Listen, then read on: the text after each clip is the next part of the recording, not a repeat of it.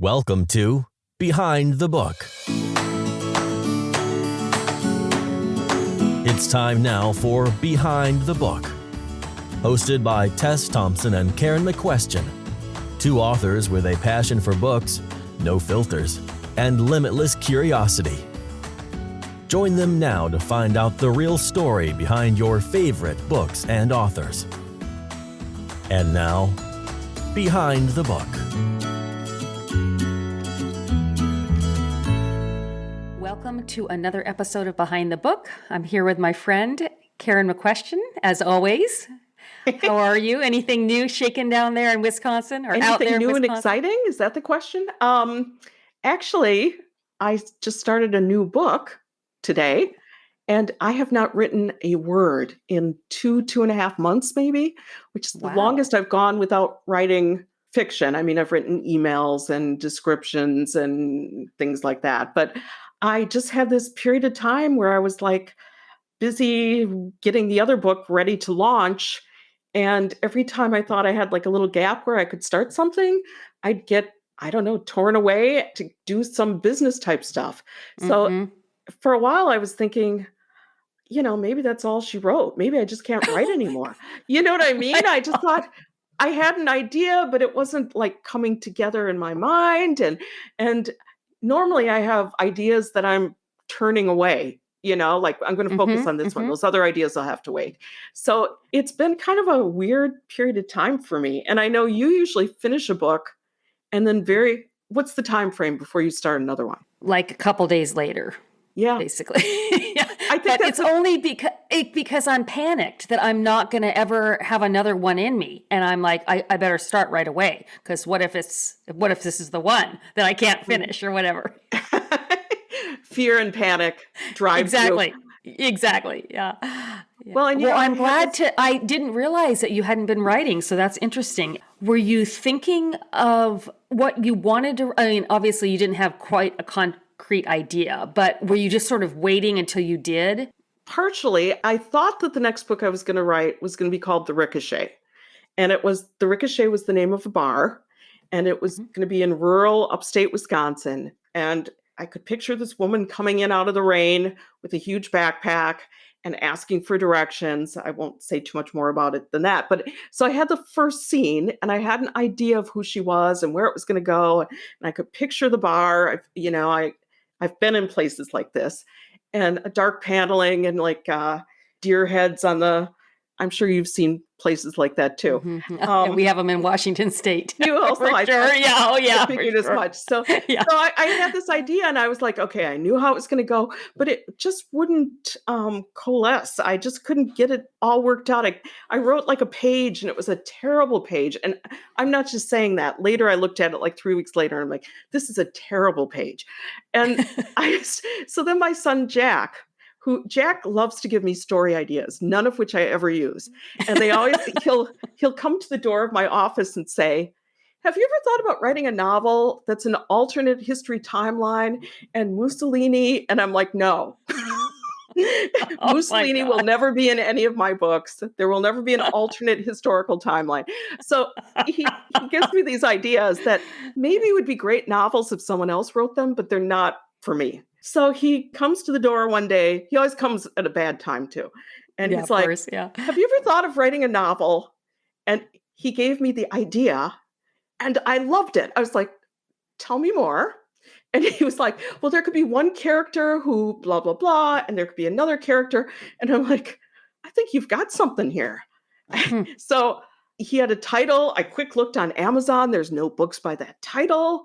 So, and the main character is an author, like a really big author, like a Nora Roberts kind of author. Okay. And things aren't quite what they seem. I can tell you that much. I hate to say too much. Don't say anything else. Yeah. But anyway, so yesterday I sat with my line notebook and started like writing the characters' names and some like little details. I don't really outline, but I have to at least have names. I mean, and who they are. And so my sister said, well, Jack is now going to claim I practically wrote the whole thing. Because that's how he is. I'm like, no, I wish you would write a whole book and hand it to me. It's not just throwing out an idea is not anywhere close to writing it. So that's the more I thought That's about his funny. idea, the more I was like, I could really do something with this. Oh, that's exciting. Okay. Well, I think you mentioned a little bit about it, but I can't remember. But anyway, you want to keep it a secret for now. But yeah, that's like my dragon book. The kids, when the girls were little, I used to tell them this story about Princess Bianca, and they think I should write this. And my stepson thinks there should be dragons, and like this like whole science fiction world. I'm like, that does not sound like a Tess Thompson book. I'm like, how about one of you guys write it? But do you have the story? You have the whole story. Kind of, actually. Yeah. When I was telling the girls, there were no dragons, but Jeremy thought that there should be a dragon. So it would be some kind of, I guess fantasy would be the right word. But yeah, I don't know. Maybe someday, not anytime soon. It's always tricky when people give you ideas because I think it's better when the idea comes from you. Mm-hmm. And yet, where do we get our ideas? From everywhere, right? From everywhere. Yeah, you never know. Yeah, absolutely. I have not gotten to read your new book yet, but it's on my list. I'm probably going to read it in Florida, actually, when we're at NINC, because I'll have some downtime, fun. And I'm super excited for it. You know, I love your books. So, all right, well, we'll let everybody listen to Kim Taylor Blakemore. Enjoy the show. Today, we are super excited to have Kim Taylor Blakemore with us. Kim is the author of The Companion, After Alice Fell, The Deception, and the YA historical novels Bowery Girl and Cissy Funk. She is also the recipient of a Tucson Festival of Books Literary Award and 3 regional Arts and Culture Council grants. Outside of writing historical fiction featuring fierce and dangerous women, Kim is a novel coach with her company Novelitics, a history nerd, and a Gothic novel lover. She lives with her family in Portland, Oregon, and loves the rain, truly. Welcome, Kim. Thank you. I'm super excited to be here. We're so glad that you agreed to come on the show. So we always start out by asking authors about their path to publication. Did you always want to be a novelist? I did. I always did. And I sort of had 2 paths to publication. So long ago, before now, I wrote. I had written 2 YA books. Cissy Funk was the first one, and I had gone, said I want to publish this. I want an agent. It was the time you went to the library and got the writer's market from it, and you looked in the back of books, etc. So I had written that. I lived in Colorado, so it's set in the Depression in Colorado. I had a great time researching that, and then I ended up putting together a list of agents, and there were 20. I wrote 20 agents, and the last one was George Nicholson, and he was with Sterling Lord Literaristic, and he wrote me and he said, I'd like to represent you. And that was like for breaking into that part of the industry, because I know we're going to talk a little bit about trad and indie, which I want to talk about. He founded Dell and Yearling. So he was an editor for a very long time, a big New York editor. And then he retired, and Sterling Lord called him and said, hey, do you want to be an agent? Because you have complained for 30 years about how publishers shaft authors. Basically, that's what he said to him. And he said, okay, I'll come do that.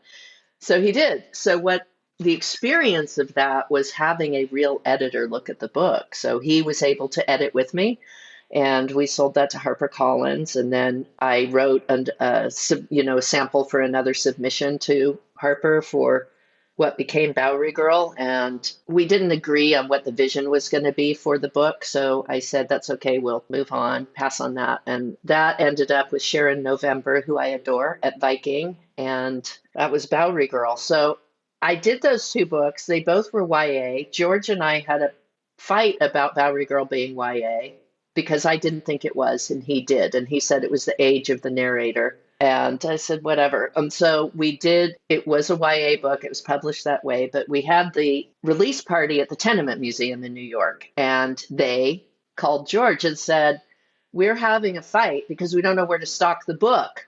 Half the people want it in adult and the other people want it in YA. And then my editor got involved. She's like, just put it both places. Why does it matter? You know? So, and then I was able to see, George, I told you, George. But after that, I realized I didn't really want to write YA. It's not really the arena I wanted to be in. The characters were young, but that wasn't what I was addressing in the novels. We're not that. And this is way before like Hunger Games made everybody like, wow, let's all read YA. And so I basically just said, I don't know what I want to write. And then life sort of got in the way. I became a dean at a business college, and that was a lot of time. And I just kept writing, and I started facilitating workshops for an organization in Portland called PDX Writers. And I just kept writing. And as I was just working through sort of workshops going, what am I going to do? What's my genre, et cetera? I started writing a book about a girl who killed somebody. It's not great. But anyway, it was very crystal clear. And I started writing based on some of the images I got. And I'd put it away. I'd put what I wrote away and say, I'm not ready for that. I'm not a good enough writer for that book yet. So I kept doing that. George had died by then. He was only a YA agent. So I didn't have an agent. I wasn't worried about that. I was just worried about what am I going to write and what genre and where am I going to sit myself. And I was at a workshop at the beach on the Oregon coast. It was a 3-day sort of retreaty prompt thing. And the first day, the first prompt was write about your book as if it's an animal. And I had come to this retreat fully ready to write about a female all-girl jazz band in the 1930s. I had the characters, I had the cards, I had everything. So I'm like, okay, I'm ready for this prompt. And I start writing, and it was like literally Lucy Blunt, who's the lead and the companion. It was the woman in that book. And she just poured out the whole weekend. I couldn't stop in the prompts, her voice and her story. And I said, I guess I'm supposed to write that book next. So I did write it, and I was working on it. Again, no agent, and not even sure what I wanted to do at that point. I just wanted to finish it. But about halfway through, I stopped a scene and I said, this is really commercial. There was something that felt that way to me that like clicked into the story. So I said, okay, give yourself a deadline. You have a friend, I have a colleague who's the only person I send my book to after it's done to read it over, and have a deadline for an agent. So of course I have what everybody has is, I'm going to get an agent in a week because I have the most fabulous book in the world. Well, I did finish on my deadline time that I gave myself. I did give it to my colleague who read it and did a developmental edit on it. And I did get it to the set of agents I wanted within, again, deadlines. I'm really deadline driven. I was really lucky because I got an agent and sold the book within 6 weeks. It just was a matter of that agent liked that book and knew exactly the editor who would like that book. So I just want to interrupt to ask you one question. You said this prompt wound up, the companion, which wound up being your novel, The Companion, is what came out.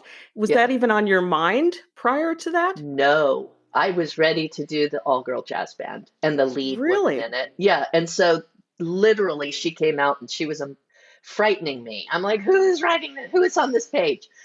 And I go with that, you know, when that character talks to you, you just let your pen go. And it will always serves me right. Anytime that I like go, oh, I want to make it pretty, I've over edited it. And I pretty much edit the life out of it. That's interesting. Yeah. So I just went with it. And the woman who was running the prompt had already heard parts of the story that I kept putting away. And she said, I think you're supposed to write this. So I would stick with that energy and go with it. So that was my second path to publication. And the book ended up with Lake Union Publishing. And then my editor there bought After Alice Fell and then bought The Deception, which is what's coming out the 27th. So that's up to that moment. There you go. Is that the right answer?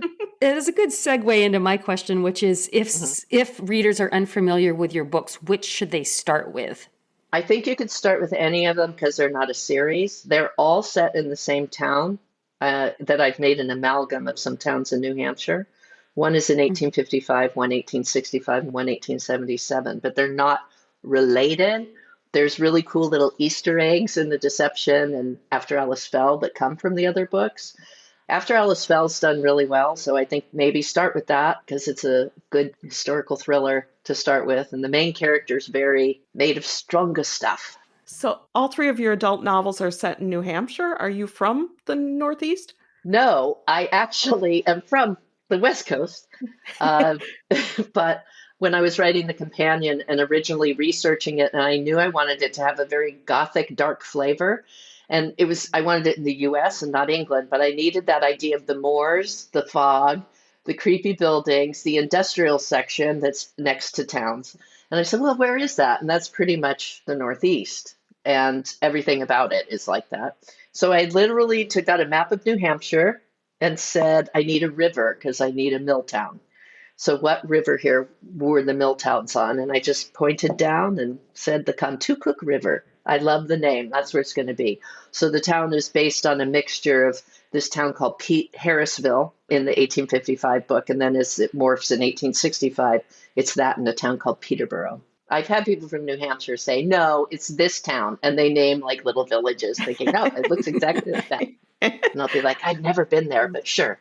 You did, but I did do something right. Yes. I did 2 research trips there, which was really, really good. So I love New Hampshire, and I love New Hampshire people. They're awesome. Now I want to talk about your newest novel, The Deception, which has to be the best title ever. And the book will be out by the time this airs. So everyone go find The Deception. It involves the spiritualism movement in the 1800s and it has a supernatural element. And how did you come up with the premise for this book? I was reading, as I do, many different sorts of books on the history of New Hampshire, or reading newspapers. I do this all the time. Like in the period, I'll read in newspapers.com, newspapers from that era. I knew I wanted to move a book 10 years later from after Alice fell. It was just kind of a cool thing to me to do 3 decades in this town.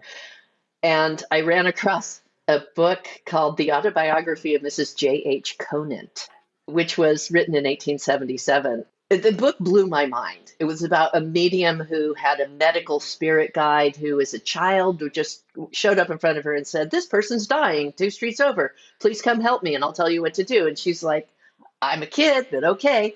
And she went along and she ended up being sort of a medical medium. And he would tell her what to do. Like literally like things, like surgery things. Like it was crazy. And then she'd have seances and people would levitate and things would happen. It was just, this book was insane. I finished it and I said, okay, she was either a real true medium, the greatest fraud that ever lived, or should have been in the insane asylum down the street. One of those 3 things, or a mix of all, I don't know. So I said, okay, let's take that. Let's look at this, because the idea that I constantly think of when I think of parting the veil or talking to spirits is how much we as humans want that when we're bereaved and grieving, how much we would love to talk to the people who've passed, and how easy it is to trick people. And yet in the end, is the comfort given any different? And so I wanted to place those 2 sort of ideas next to each other, which makes the book sound more intellectual than it is. It's much more fun than, is it about this idea? But it's a fraud who has been hired by Maud Price, who's a medium, because she's lost her spirit guide. She used to be a very famous child medium during the Civil War, which was a really big time of spiritualism because so many people lost their lives and so many people were looking to talk to their loved ones. And then she lost her father, she lost her reputation, she lost her money, and she lost her spirit guide. So another medium in the town told her to hire this other woman, Clementine Watkins, who could help her gain back all 3 of those things. And then she is in way over her head because Clementine is a trickster and knows how to set up seances. And her whole thought process is, what I'm doing for the people who come to your parlor and then later your theater is the same solace that you give. So what's the difference?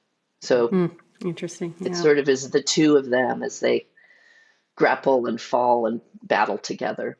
You obviously love research. And I'd love to hear a little bit more about kind of what your process is around that. So I try and find primary sources. Even though everybody is fictional in a story, I want to come at it from primary sources, newspapers, diaries, going to historical societies, historical libraries, archives, etc. So I want to start there and piece together the stories. And I will do some out of that some secondary sources. Like if I see something that's on, the history of magic in the 19th century, I'll read that so I get an overview of it, but then it's diving into the real things. The autobiography of Mrs. J.H. Conant. I found after that one called Confessions of a Medium, which was written in 1883 by a guy who was duped by a medium when he wanted to apprentice as a medium. So he talked about all the fraud that was going on, like exactly every single thing done. So I'll start with those things. And for this book, I also, because I had illusion and true mediumship, Maud Price in the book is truly a medium, I needed to talk to both sets of people. So for Clementine's illusions, I found a guy named the Historical Conjurer, and his whole job is to do 19th century magic. He does it all over the country. And so he and I talked, and I told him the character and what she did, and he was amazing. He's like, oh, yeah, you can do that. Oh, yeah, she could do that. And he'd tell me how and what chemicals and how you did the reactions and what sort of string and everything you would use that wouldn't catch light at the time period. So he was really fascinating, and I was able to ground that. For Maud, I talked to 2 different mediums and had an interview. One is actually a friend of mine. But I had never asked her experiences. So I talked to her. Another friend told me to contact this other medium that she trusted, who was really fascinating. So she was wonderful and open and gave me a history of her life. And I said, okay, so can I talk about Maud a little bit? Because I don't want to do that Hollywood version of a medium with a crystal ball and the scary ghosts and whatever they do. I said, she hears voices. That's what she does. Sometimes she sees them. And, I said, here's how I talk about her. Somebody asked Maud, what is it like when the spirits come? And she says, it's like putting a French horn to your ear and all the notes being blown at once. And so I described the way Maud saw mediums, heard spirits, and how they came in and out and how they left and about the spirit guide. And she's like, oh, yeah, all that works. She's it's nice when that happens. Right? Yeah, she said she's clairaudient. And she said we are all totally different how we communicate. Sometimes it's only in our head, sometimes we see them, sometimes you hear them, and everybody's different.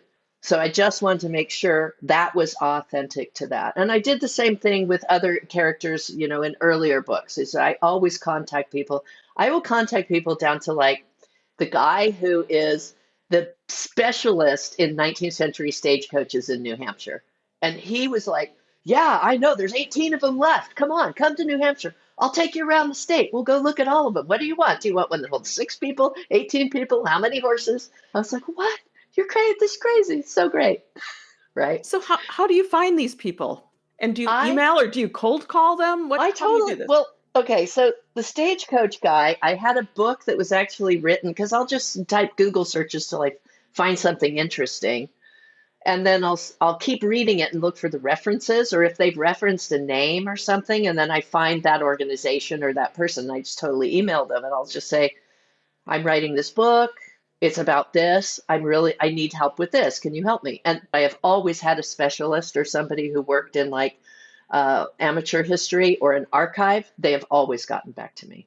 I'm curious about something. You interviewed 2 mediums. Have you ever had a reading? A psychic reading or to a medium? I had a medium do a reading early that I knew was bunk. It was just a joke. But this woman who I interviewed, I then did a reading with her. And she started it by saying, okay, I just want to start this by saying when things and images come to me, they just come out of my mouth what they are. So there's no if we're having a conversation and I switch over, that's why I want to catch the image before it goes. She goes, there is in front of me a young girl dripping in water and mud, and she looks horrified and terrified. And I said, that's a character in the book I'm writing. Really? I mean, she described her exactly as she is in the book. And I don't share my book with anybody except that last person when it's done, my colleague. So she couldn't have known that. It wasn't anywhere. I never told anybody about this character. And she said, when I have readings with authors, that's what happens. I can see bits of stories and characters go by. And so that was weird. She told me some other things that nobody else could have known. And I was like, and it was super weird because it was She's like, you can ask me if you want to talk to somebody else, but that's not what I do. I don't like call them down. So, Yeah. so she had talked to my grandmother and my brother who'd passed, who just people who would not be on the internet. You'd never know they were related to me, and very, very specific things she said that would be impossible to know. And I'm just sitting there like, I've already done the thing with the frauds, right? I'm going to write this down. What's she doing? How's she doing it? And I'm thinking, no way, Yeah. no way she could figure that out. Yes. So that is fascinating. Yeah. Wow. So what does a writing day look like for you? And do you outline your books? Good. 2 questions that I love. So my writing day, I have the perfect writing day and then what it really is, as you all have, I'm sure. So I have Novelitics, which is my writing community. And one of the things we have is Monday through Friday at 7 a.m. Pacific. There's people in the East Coast, they get to sleep in and have breakfast and everything. But we sit down, we have a write-in. And I just give a prompt right in the morning and we have an hour together every day. So I always start with that in the morning, but I don't write during that. I either use it to do developmental editing for a client or do some marketing and things like that because I'm not awake at 7. I'm awake enough to be like, hello, everyone. So happy to see you. That's it. But then I'll move on from there. And I have a hard time. Like right now, it's the month before the book comes out. So it's like all the marketing things and all of that's really taking over my time. I try and write 5 days a week. That's at least 3 hours to 4 hours, just that. And I sort of outline. I use Plotter. And that's how I lay in basically what I think the end is going to be, what the beginning is going to be, and some main scenes.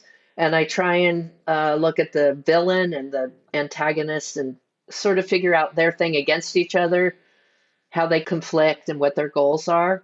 But other than that, until now, I've just let the story grow from that idea and move it where it is. I found that to be freeing and then scary at the same time because I can get myself in the wrong corner and then have to pull back out. And I think I may be trying to add more. What do you guys do? Kind of like what you do, actually. I've got a general idea and I usually know the ending and I've got a couple key scenes along the way. And then as I'm going along, things start to hopefully click in like, oh, so that's why he's that way or whatever. So I love that we have a friend who calls it discovery writing. You're discovering the story as you're writing it. And Tess, you do that as well. Yeah, very similar. Yeah. Although, I found it kind of is depending a little bit on the book too. Like sometimes it's really clear to me, here's the arc and, and then sometimes I think it'll be something that it turns out to be completely different. And so I kind of I go with the muses if I'm like, oh yeah, this is the direction, maybe that would make it more compelling or whatever. But yeah, for the most part, I think it sounds pretty similar. I agree. And one of the things I do not do is overwrite characters. I will say like, they want this, they need this is a few things, but I want them to get on stage and surprise me. What they do. And it's generally much better than anything I make up on a piece of paper of somebody I don't know how they act and get on the scene and show me what you do, which is so much more fun. Do you ever think that when you're done with the book that I didn't anticipate this twist or whatever, and it's so much better than anything I could have thought up to begin with? I've done that both ways. I've done it where it's like, yeah, I let that twist happen. That's I didn't want it. I fought with it. And when it's in there, you're like, that's the way it should go. But literally last week, I woke up at like 4 a.m. and I was like, oh my God, I should have done this with the brother in After Alice Fell. I can't believe I didn't do this. It would have been such a better book. Right. That's why I cannot even listen to the audio versions of my books, to proof them because all I'm doing is changing sentences. I'm like, oh, why did I have him say that? I drive myself crazy. And once it's out in the world, it's really hard to take it back. Right. You can't be like, yeah, would have been better if I'd kept it to myself in a drawer. No. Yeah.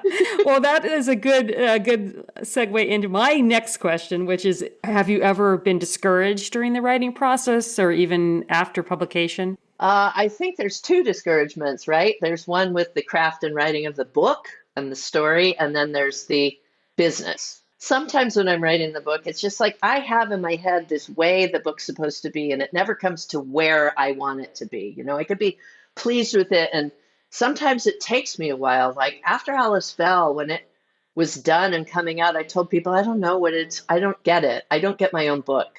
And that was a discouragement to me. It's like, you wrote it. You should really like be shining it up and proud of it and whatever. And I was proud of it, but I didn't really get it until I started doing podcasts and people were testing me on my own knowledge of my book. And I went, oh my God, my book is about atonement. Like, oh, now I get my own book. Because I don't do theme overall. Theme, if you know it right away, it just sort of becomes this lumpy, heavy thing on top of a book. So I try and let it go. And then I'm like, I wonder what the theme was. Okay, that's that. I've had discouragements in publication and business. Is that also part of the question or no? Are we on craft? It can be. Yes, absolutely. No, of course. And I think a lot of people can relate to that. I mean, there's so many ups and downs in this business. And yeah, so I think it's helpful to hear people who've had discouragement but have broken through to the other side. It's just so that people know it is possible. Tough. I submit books and they're rejected by my editor. And I'm like, oh my gosh, not the whole book, there's a sample and a synopsis. I've been rejected by them. But it's like, okay, so is it because of the book? Is it because of sales of this? Is it because what they have on their plate for their year? I don't know. It doesn't, in the end, it doesn't matter. And sometimes, like one of them I submitted and I went, oh, I'm so glad they passed on that because I could never be with these horrid characters for a year. But it does, and I've come to the place that all of those are opportunities. Yes, they hurt. Rejections hurt. And you think it's part of you, but they're opportunities to go, okay, just pivot a little. So what else can you do? What else might be a better either fit for that publisher or yourself? Or how are you opening it up? So, I mean, for me, this last time, I had this really cool idea and it got turned down and passed on. I was like, oh my God, this is the most greatest idea I've ever had in my life. But what it actually did was allow me to finish a book that I'd been working on that's outside that genre by a little bit and finish it. And now that's the book I'm going to do as my first under my own imprint. Now I get to do both traditional and indie. And it's tough because I'll be like so depressed and that I suck for like 3 days. And I'm like, no, pick yourself up. You have other things to do and other ways to do it. Well, and the business end of it, I think you mentioned earlier someone not sharing your vision for the book and saying it was a young adult and you disagreed. And, when you have to give up creative and business control, there's a definite trade-off there. They have inroads into different markets and they've got the team and so you don't have to worry about certain things. But then again, you have to, concede some of that. And so that's a hard trade-off. For me, it is. A lot of people feel it's well worth it. I think it can be worth it. Like my editor at Lake Union is amazing and we have a very similar vision. So when she tells me ideas for the story, she goes, I think this should be, let's think about this. She's right. I use 99% of her ideas because our vision goes together, right? But like this book that I just did, I'm like, it's my vision and I want it to remain my vision. I just want it me this time. I was talking to a friend of mine. She's a very successful self-published author. She's the one who reads all my books before I send them to the editor. I said, I think I'm going to go indie for this next book. She's read part of it. She's like, I have been waiting for you to tell me that. She's like, this is the time. You have a readership. You just need to trust your story yourself and not have to rely on it's an okay from the editor. Trust your own writing and trust your story. So you mentioned your colleague that you always send your manuscript to first. Is that the only person that you send it to before you submit it to your agent? Yep, that's the only person. Because I'm really susceptible to many ideas. And then I start thinking, well, that's a good idea, or I should have done that or whatever. But I trust her judgment story-wise and how she gives me advice. So I'm like, nope, it's going to her. That's invaluable to have somebody like that. I love the way she writes. I love how she sees story and character. And how did you connect with that person? Is she a friend? She became a friend through business. I had gotten the rights back to Bowery Girl, and I wanted someone to write a new back cover blurb for it. a new description. And I'm terrible at those things, like really bad at them. So I looked for somebody who could write blurbs, and she was called the Blurbist. She doesn't have the business anymore, but we contacted through that, and then we just became friends. And so I've been friends with her for like 15 years or something. She's in New Zealand. She was living outside of Seattle for a little bit and came down to visit in Portland. So I actually saw her for 3 days. Oh, She's that's wonderful. great. So, do you keep a list of story ideas as you think of them? I do. Not all of them. Each year when I used to have printed things that I would start writing and go, well, I'll keep it. I don't know if I want to work on it. I put it in folders. And on January 1st of every year, I'd look through them and see what still connected with me, and everything else got thrown away. So now I do everything digitally, so I don't quite do that same thing. But I do keep all the ideas. And yet I have to go, okay, I'm a business. So what am I going to actually try and focus on? It's really easy to do the shiny objects everywhere. So it's like, what do you want to do? And it's like, okay, I need to do this for 2023. I need to do this so it comes out in 2024, whether I want to do other ones or not. But so they'll just keep sitting there, and a lot, just whatever keeps percolating for years or months or whatever it takes. What about you guys? I don't keep an actual list. You made an interesting comment earlier, Kim, where you said you have the images in your head. And I kind of get that. I'll have a scene or a character or an event, and it'll keep replaying. And if it doesn't go away, that sort of tells me there's something. And the word percolating, too, is true for me as well. What about you, Tess? Yeah, same. Yeah, I definitely sometimes just will wake up in the morning with an image in my head that is like the beginning of the whole story. Whether that opens a book eventually, sometimes not. But yeah, it definitely they can just pop in there at any time, and then sometimes it surprises me what they turn into. Almost always, actually. There's this really, really cool set of prompts that James Scott Bell did for an application called Your Knockout Novel. And it's inside of a program called HiveWord online. And it's a series of questions that he has you answer about a story that literally takes me about 2 weeks to get through all the questions. Really? But one of the things, they're really intense. And one of the things he does that I love, and it kind of relates, I think we all talked about, we know the ending a little bit, and we have these images, right? So he has you do this thing where you kind of think what your ending's going to be, and you put on music on earphones that you think is related to your book and related to that ending. And you just sort of write what you think the ending is or what images come up, etc. You do that for a specific amount of time. Then you take the absolute opposite kind of music, blast it on your earphones, and write the same scene. And through those two things, you get this amazing conflict of images that if you put them together is insane. The last scene of The Companion was written to that, and it's almost word for word. And it's absolute opposite images going on all the way through. So it's cool. That's fascinating. Yeah. Well, that brings up kind of two questions. One is, what writing advice do you have for aspiring authors? And also, is there a writing craft book that you love? And then also tell us a little bit more about your company, your consulting, Novelitics. Tell us a little bit more about that too. I think my big advice for writers is to have a deadline, even if it's self-imposed. I just know too many writers who's like, well, it took me 10 years to write this. It's like, can't take you 10 years to write the next one if you're lucky enough to publish this with somebody or to put it out yourself. So having a deadline, I think, sets up the sort of rails you need to go, okay, how much do I write?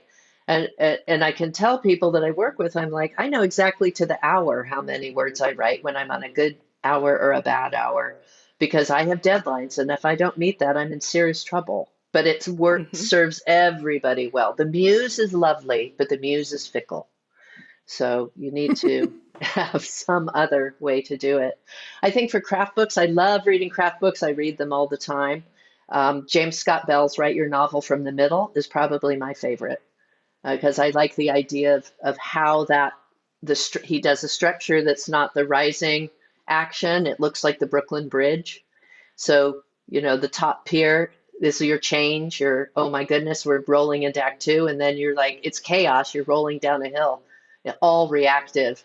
you get to the bottom and you're like, what am I going to do? How am I going to get out of this? And then the other part of the bridge is the climbing out. So what are you doing proactively to the character to get out? And then your last little moment going into the end. And the way he describes it is a very short book.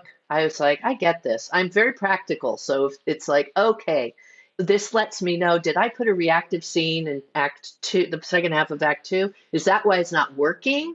Because I don't have the character doing something, even if it's wrong. So that book I love. Let's say I'm looking at my shelf. I love Save the Cat Writes a Novel. A lot of books say the same thing in different words. So it's just looking at each, and there's pieces of them from each that resonate differently. And that book resonates for me too. I'm looking behind me. Plot Perfect is very good. I don't know. I just read a lot of them, but I would say the James Scott Bell is my very favorite go-to. Yeah, that's a new one to me. I'm a craft book junkie. My shelves are filled with them too. But I have not read that one, so I just wrote that down so I don't forget. Oh, good. Yeah, tell me what you think of it, because I find it just such a good little check-in of where you're at in the story. Because I can tend to drift, and as we do novels, right, we're like, oh, that's such a fancy little alley. I'm going to go down there and smell the roses. It's like, it has nothing to do with your story. Cut the thing. You just wasted a day. What are you doing? So I love that. You just wasted a day. The story of my life. Oh, I do that all the time. I ended up like, never mind. I had a little problem with the book, The Good Time Girls. I'm like, it's so effed up in this chapter that I'm just going to go to bed. And I just took it out and forget it. I don't know. I think I'm going to cut the whole thing and nobody will know. So that's how it goes. Yeah. Yeah. So Novelitics is my writing community that actually started the week after lockdown. And I had been teaching workshops in Portland. I was teaching historical fiction workshop and a manuscript workshop. And then the lockdown happened. And I didn't know what to do or who to talk to. And it's crazy. So I just emailed literally everybody and said, let's check in on Wednesday and see how we're feeling about this lockdown. How about at 4:30? And I sent a Zoom link. From that call, it's now a business. Those people are all still in it, plus other people. So we have people from Canada and back east, et cetera. And we have Writers Well, which is the Wednesday, has never changed, from Wednesday at 4:30 since that week after lockdown started. And that's where we talk craft, people bring in stuff, and we have a really cool thing called Writers Read. So you bring in 7 pages of what you're working on and you have someone else read it. And then you get feedback. So you're hearing your book without yourself making it sound better than it may be, or hear the differences. And people have found that fascinating because it's almost like, you read the audio, listen to the audio of your own book. Mm-hmm. And you're like, oh, no, that sentence was no. I have to fix that. But that's really interesting for people. And then we have workshops monthly that have some guest people or myself, craft workshops, some business. And then I do developmental editing. So that's all that sort of element of that. And I love it. I'd love people to join. So if there's writers out there who are looking for community and a super supportive group for novelists, check it out. Novelitics.com.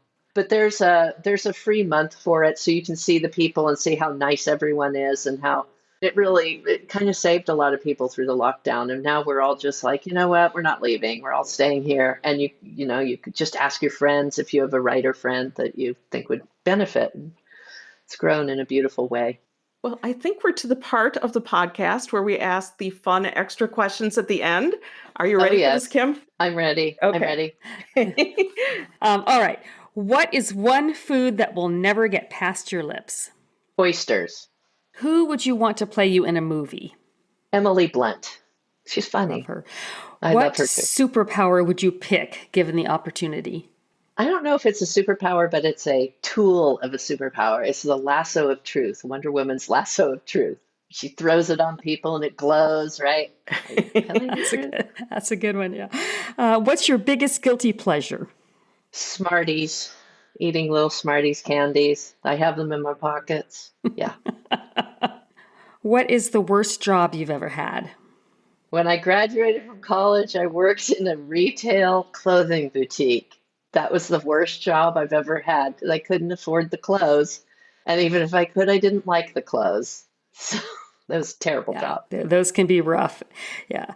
If you could instantly become an expert in something, what would it be?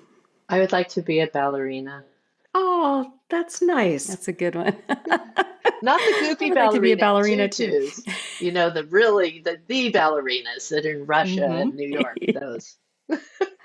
What's your favorite smell? A pine forest. What's the most terrifying thing you've ever done? Look at a blank page every single morning. I haven't done anything like crazy, like jump out of an airplane or do anything like that. So I don't have any.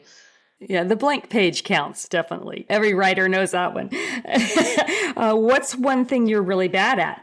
Dancing. Hence why I want to be a ballerina. If you could live your life over again, would you want to? If I knew what I knew now. No, I'd live my life over. I just want to be a better dancer. Well, maybe you could get enrolled in dance classes at like age 3, and maybe you could change the whole course of your life. Well, this has been so much fun. Thank you for sharing your story with us. We really appreciate your time. Thank you guys so much. And again, The Deception comes out the end of September. Yeah, September Very good. 27th. Yeah. Take care, Best Kim. of luck. Okay, bye. Thank you so much. Thank you for listening to Behind the Book, brought to you by authors Tess Thompson and Karen McQuestion. They hope you found it entertaining and informative. If you loved it, tell your friends. And if you have a moment, they'd love for you to post a star rating or review. This has been Behind the Book.